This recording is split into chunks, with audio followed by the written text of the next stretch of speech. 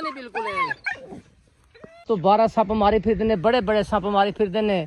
ते इन्हां दा तमाशा देखो खज्जी दे विच सप बड़ा बैठा खज्जी दे विच खड्ड उत्ते सप बना बैठा ठीक है मालूम तो कब थी भाई हां गए भाई हां हेलो किथे कल पिछले पासे अहें बाहर हैं दोस्तों आज फिर कुत्ते ने सप नूं घेरे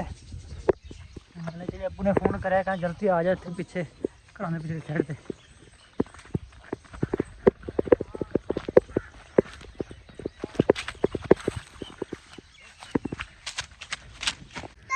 क्या सप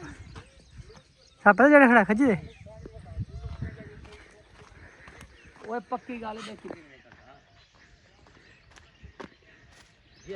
जेड़ा खज्जी दे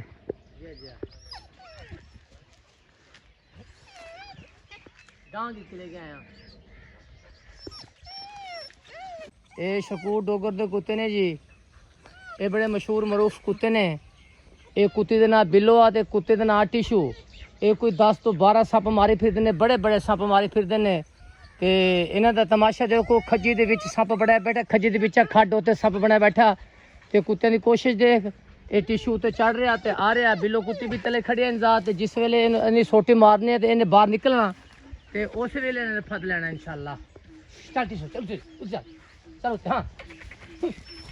ये देख ले तमाशे देख टिशू दे ये टिशू मशहूर कुत्ता है देखा खजी उत्ते चढ़न लग्या है और बिल्लो तले बैठे इंतजार ये टिशू ने उत्तों लैके आना संप नूं ते तले बिल्लो इंतजार बैठे ते बिल्लो ने बिल्कुल ही फद लेना मिनट दे विच चल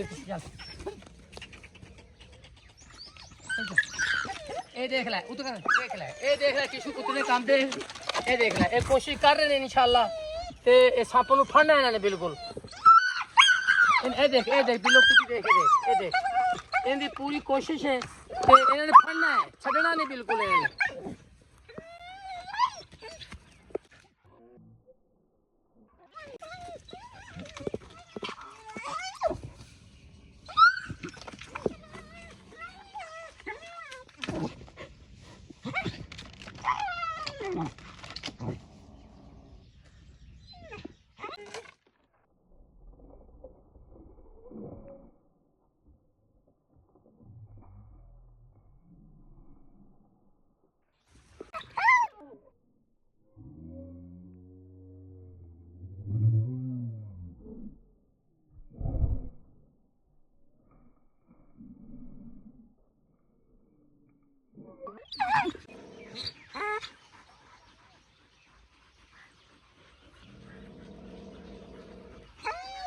और तो थोड़ा आवाज़ सुनाई देनी पी होगी कि अंदर सप छुपदा पे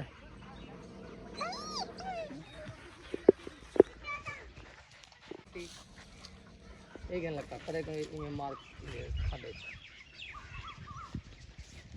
ये खाते मार अभी भाज में दूर है भाजा ये फुका है हां ये मार है तो मार मरे थे मार लपा मरे से ये मार देंगे ठीक है मालूम तो कब थी भाई ना आ गया भाई नहीं ओए चलिया चल भेड़ तू यहां नंद मार दे चल भागन